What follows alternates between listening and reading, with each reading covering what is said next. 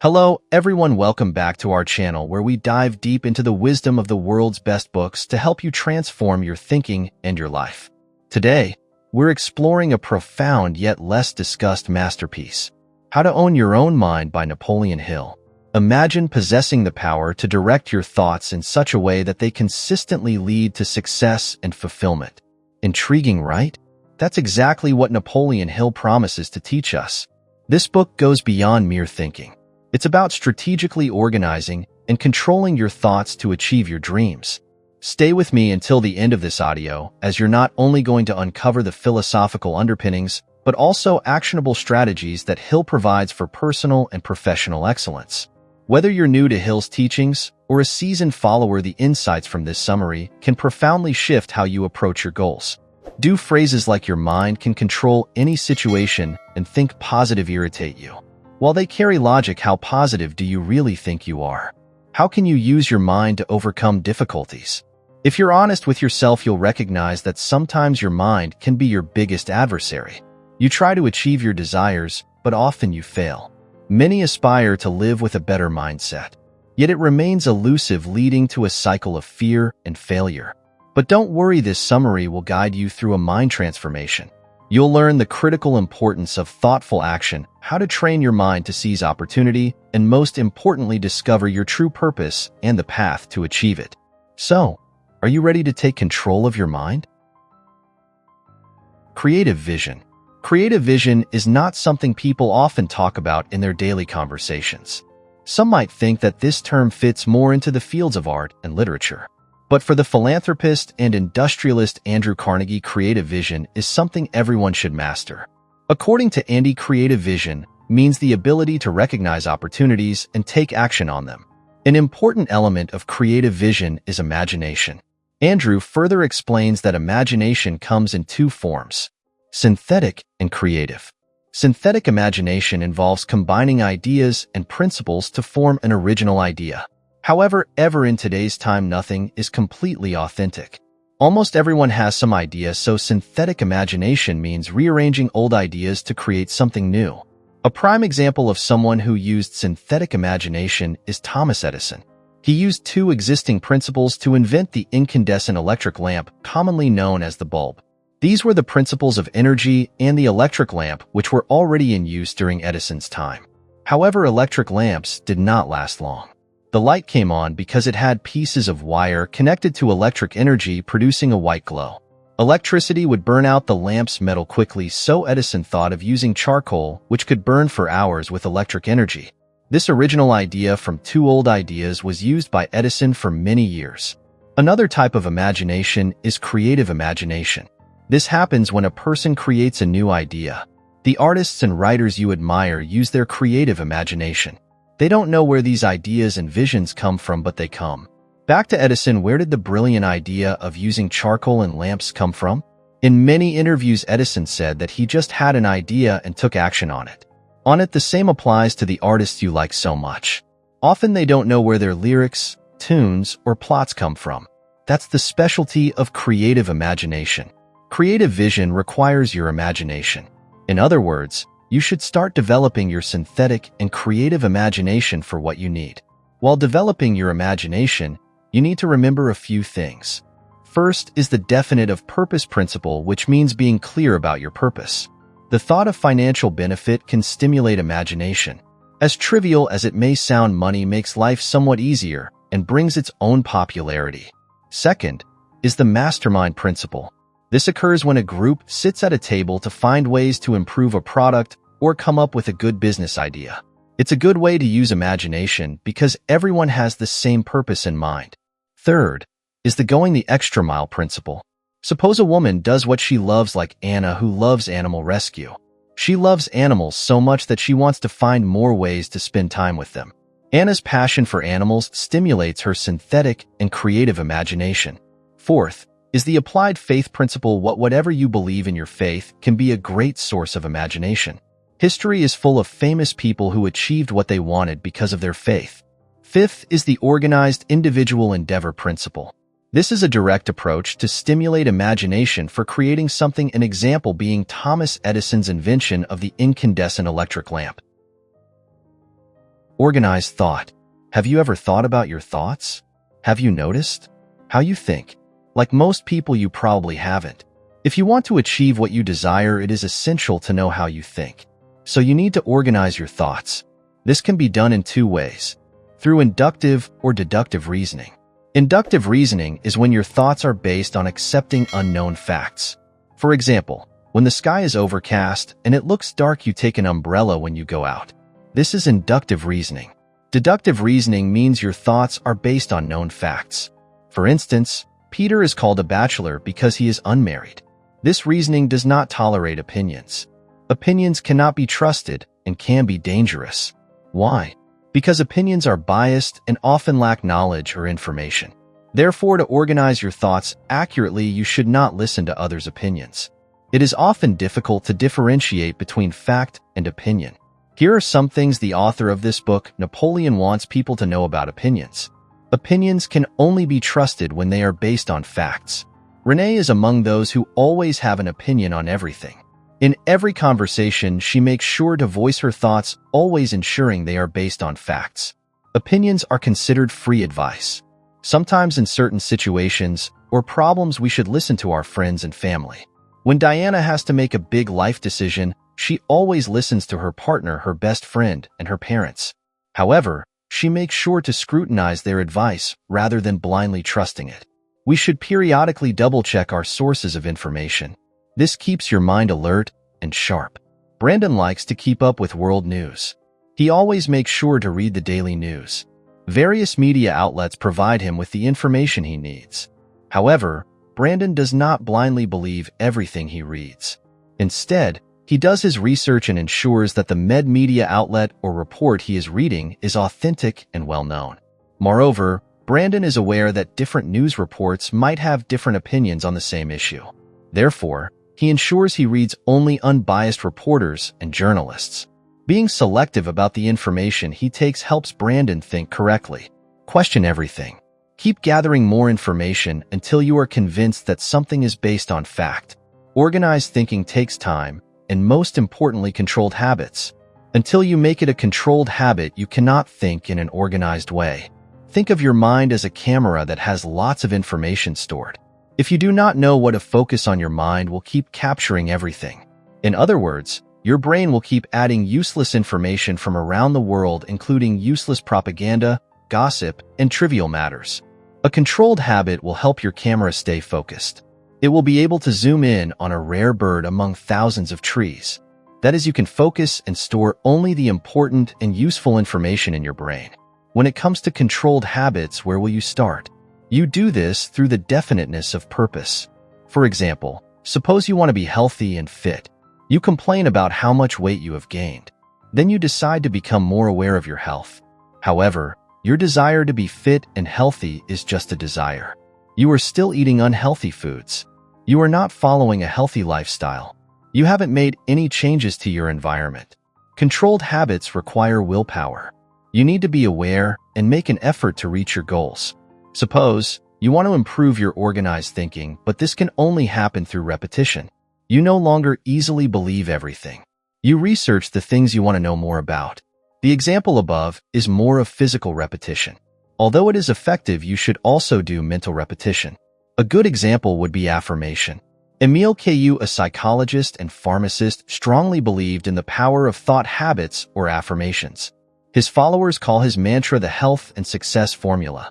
The mantra was day by day, in every way I am getting better and better. This sentence may sound foolish to repeat daily, but anyone who understands how powerful human thoughts can be will never underestimate this mantra. Penelope finally had the courage to open her bakery. Baking had always been her passion. Penelope knew that starting a business was a long and difficult journey. She needed to gather money and other resources. So, Penelope made a list of tasks she needed to complete. She also made sure to work on only one task per day. Penelope showed definiteness of purpose here. She dedicated her time and effort to achieving her dream.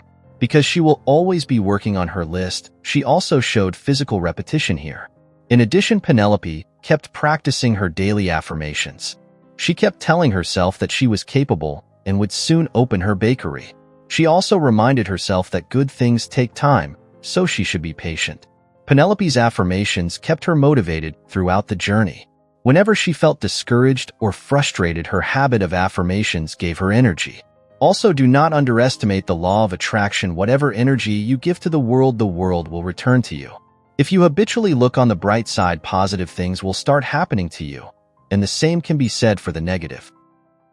Controlled attention. Controlled attention is as crucial as controlled habits. Napoleon emphasizes that controlled attention is one of the principles needed to become successful. Controlled attention is very powerful, often referred to by Napoleon as mental dynamite. Through controlled attention, you can eliminate all your doubts about yourself.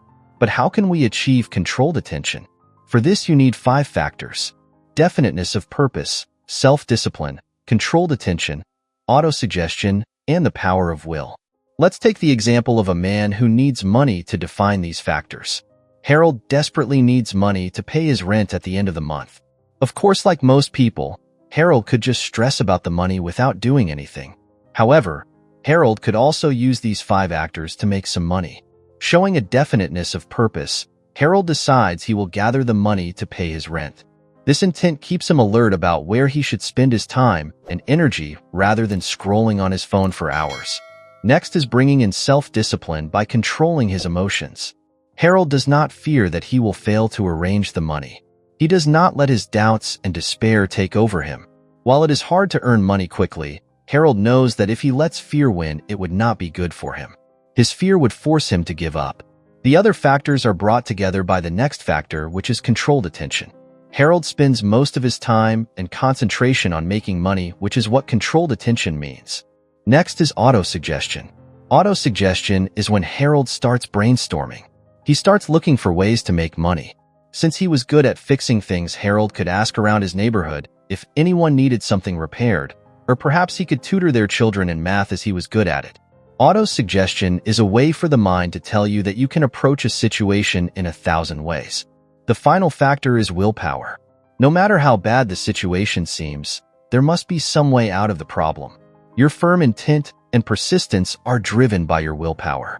Harold talked to the first 5 neighbors who might refuse his service, but perhaps another neighbor might say yes, and keeping this in mind, Harold did not stop trying. These 5 principles will help Harold make money and are the same principles that successful people in history have followed. Take the example of Thomas Edison here. Edison credits his achievements to the principles he diligently followed. When asked to name the most essential thing in the field of invention, Edison made a list. He emphasized defining what a person wants to achieve, meaning one should be sure about their purpose. Then Edison well explained what controlled attention and auto-suggestion mean. Edison said that a person should fixate on the purpose they want to achieve. They should be so involved in the work that they don't even know what impossible means. A person has controlled attention because they stay focused on what they need. They spend time and effort mastering their craft and seek help from like-minded people. They never waste their time on things that do not help them succeed, nor do their failures, obstacles, or self-doubt stop them. This is very much like the principle of willpower. Auto-suggestion also manifests in a way that if a person believes they will achieve their purpose. Edison also pointed out a common problem among most people. Most people give up before they even start. You set limitations on yourself that prevent you from even trying. You hadn't actually started, but your mental attitude had already failed you. Alexander Graham Bell, who invented the modern telephone, also understood the importance of firm intentions and continual persistence. Alexander did not invent the telephone on his first try. He proudly says that he does not even remember how many times he failed. Was this discouraging for him? Yes. Did it stop him from trying again and again? Absolutely not. He kept trying until he successfully transmitted sound through a wire. Andrew Carnegie's analysis of controlled attention. When it comes to controlled attention, Andrew Carnegie highly praised it. Anyone can easily apply it in any area of their life and be successful in that area. Andrew views controlled attention as combining all the capabilities of the mind for one purpose. In his own case, when Andrew had to make and sell steel, he used every area of his mind. Andrew's secret to success was focusing all his attention on steel. In other words, by having a specialization, you can increase your chances of achieving what you want. But what about industries that thrive on diversity, such as retail merchandising, where there are departments for sports equipment and clothing? Here, Andrew says that controlled attention can also thrive in diversity. Retail merchandising still requires specialization. For example, their clothing department has a manager who is an expert in deciding what types of blouses and shirts should be sold. Their sports department also has an expert who advises on which sports equipment and machines will sell quickly. Thus, controlled attention can also be successful in diversity, even in corporate jobs.